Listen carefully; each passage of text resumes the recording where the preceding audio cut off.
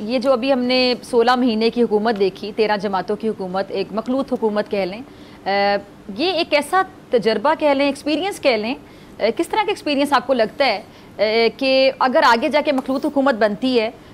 तो ज़्यादा बेहतर होगा, या फिर किसी को सादा अक्सरियत मिल जाए? तो हमने माजी में देखा कि अगर एक के पास अक्सरियत होती है तो वही बात कि टेन्योर बड़ी मुश्किल से पूरा होता है और दूसरी पार्टी को भी आने की जल्दी होती है। तो ये जो मखलूत हुकूमत का एक तजर्बा रहा है, आपको लगता है कि अगर आगे जाके जो बातें होनी कि सादा अक्सरियत किसी के पास नहीं जाएगी, मिली जुली हुकूमत ही होगी, तो वो शायद ये जो हम अभी बहस कर रहे हैं कंटिन्यूटी के हवाले से, अगले 10 साल वाली बात जो उसामा गाजी ने की या उसी बात को सेकंड किया अभी मुजम्मिल ने, तो उस हवाले से आपको क्या लगता है मखलूत हुकूमत का जो एक्सपीरियंस रहा 16 महीने का, आगे जाकर भी ऐसा कुछ नजर आए तो वो बेहतरी के लिए होगा? पहले तो मैं ये एक चीज क्लियर कर दूं, देखे जो विजन है ना 2035 का, उसके अंदर गारंटर्स जो है वो पिंडी वाले हैं, ठीक है? तो that vision is very much there. वो 2035 तक का विजन बना हुआ है, ठीक है? वो कोई अगले कई सालों का बना हुआ है। सो वो एक चीज तो बिल्कुल क्लियर रखनी चाहिए जहन में कि इन्वेस्टर इसीलिए आना शुरू हुआ है कि 2035 का विजन उन्होंने सामने रख दिया है पिंडी वालों ने। सो इसीलिए सारी दुनिया जो है पिंडी वालों के साथ कंफर्टेबल रहती है, और जो भी वजीर आजम हो या जैसे भी जो भी पॉलिटिकल सेटअप हो, उनके साथ आपने भी देखा, हमने भी देखा, उसामा ने भी देखा, हम सब ने देखा कि वो people at the international level they shy out, वो उनके साथ कंफर्टेबल नहीं होते as far as the investment is concern. बहुत से उसमें लंबी बहस हो सकती है, but then again in this particular case 2035 का विजन यहाँ पे मौजूद है। उसी की मैं बात कर रहा था, इन ट्रू स्पिरिट अगर वो यहाँ पे इम्प्लीमेंट हो जाता है, और अभी तक जो हमें सामने आई है चीज़ें 1 माह के अंदर अंदर, उसमें यूएई की इन्वेस्टमेंट आज आ रही है। आपने बड़ा राइटली पॉइंट आउट किया कि सऊदी अरेबिया का डेलीगेशन आ रहा है, और उसको मैंने कहा था कि ये बहुत बड़ा डेलीगेशन होगा, कुछ छोटे लेवल का डेलीगेशन नहीं होगा जो इन्वेस्टमेंट करने आएगा, और यहाँ की इन्वेस्टमेंट सऊदी अरेबिया में भी होगी, ये भी याद रखिएगा।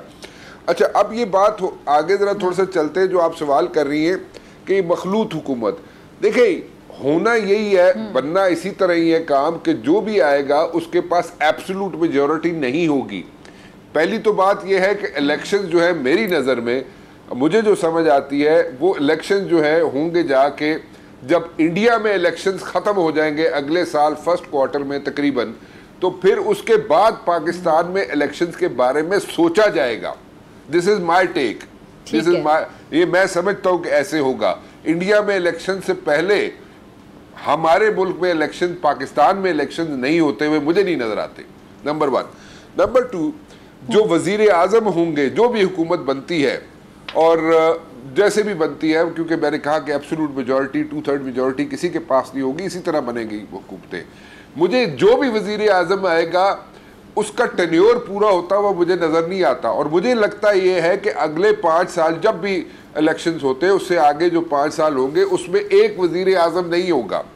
कम से कम 2-3 वजीर आजम चेंज होंगे उसमें, ये मुझे नजर आता है, ठीक है? क्योंकि मखलूत हुकूमत होगी तो वो एक बंदे के साथ 5 साल में मेरा नहीं ख्याल के गुजारा हो सकेगा, और उसमें 2-3 वजीर आजम चेंज होंगे। So this is how I see things shaping up in the days to come. So ये एक चलिए ये फिर इस पे कमेंट कर दे राना साहब, ये 16 महीने 13 जमातों की हुकूमत रही राना साहब,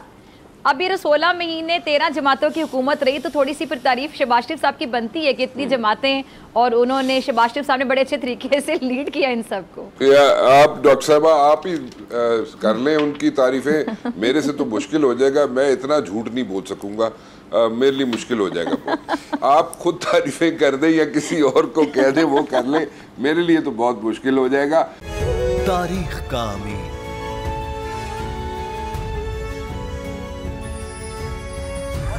आजादी की अलामत,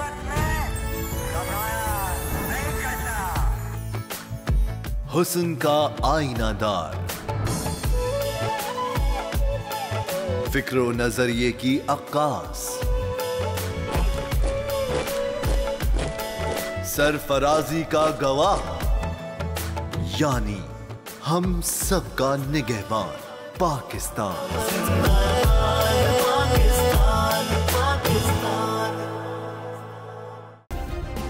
सब्सक्राइब करें और बेल दबाएं ताकि कोई खबर रह न जाए।